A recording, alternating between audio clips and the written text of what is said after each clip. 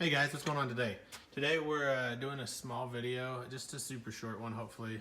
I've got an extra small piece of Cobalt K rail here, and I've got my track bike here that I've got a flat tire on and everything, and I just haven't been able to ride it much, and it's kind of one of those pieces that are just in the way in the garage, of course, so I need to do something with it. I'm eventually going to get one of the Gladiator bike hooks. I think they're really awesome. They have a good quick grab and release system on there. That's what I'll get when I'm going to be a little bit more, when I use it more often rather than just you know, looking at it. That's all that happens right now. So I've got this cool little spot here in the garage. It's probably 2.5 feet, give or take. You can tell I've got my sprinkler system up on the wall, so something I don't need to get to very often, but at the same time, if I need to, I can just grab the hook, grab the bike off the hook and just pull it down. So I'd say that's gonna be a perfect spot for the bike. I also store my pressure washer over here, so I'll have that here on the ground, but at the same time, you know, I'll get the bike just high enough so it's not interfering with that.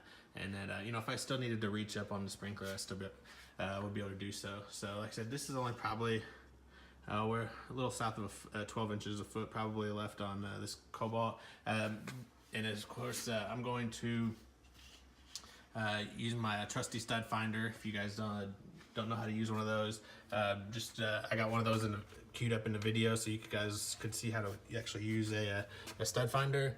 But you know, we'll do it another quick one. I think we've got one here in the middle. You can see right there is the outside of the stud. Come to the other side.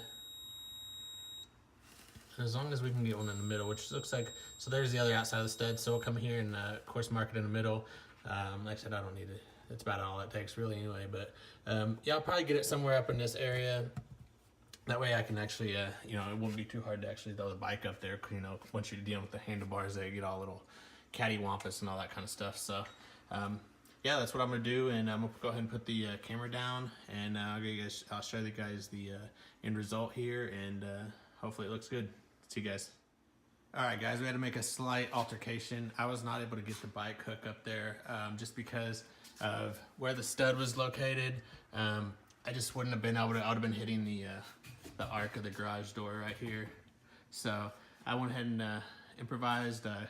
Caught an audible over here, and as you can see, I already got it hooked up over here. So I just went up and did the same thing I was showing you guys earlier up over there.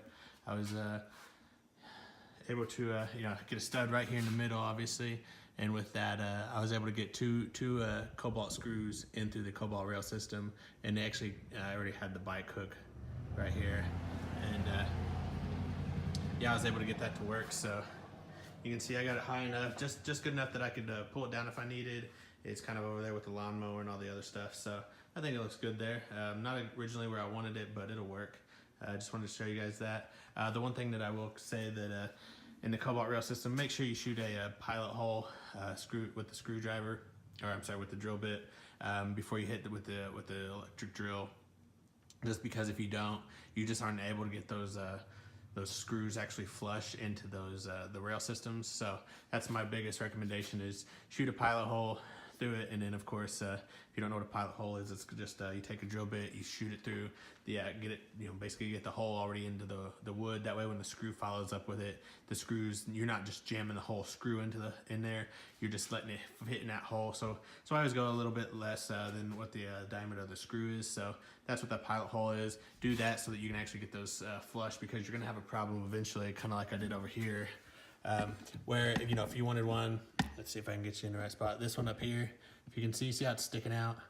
You know, if I wanted a hook over here, it might get in the way, you know, and so it just doesn't look as good. That one up there, you can see it's quite flush, so it just makes it look a lot better. So if you guys got any questions, feel free to comment, like, subscribe to us, and can't wait to see you guys in the next one. Have a good one, guys. See ya.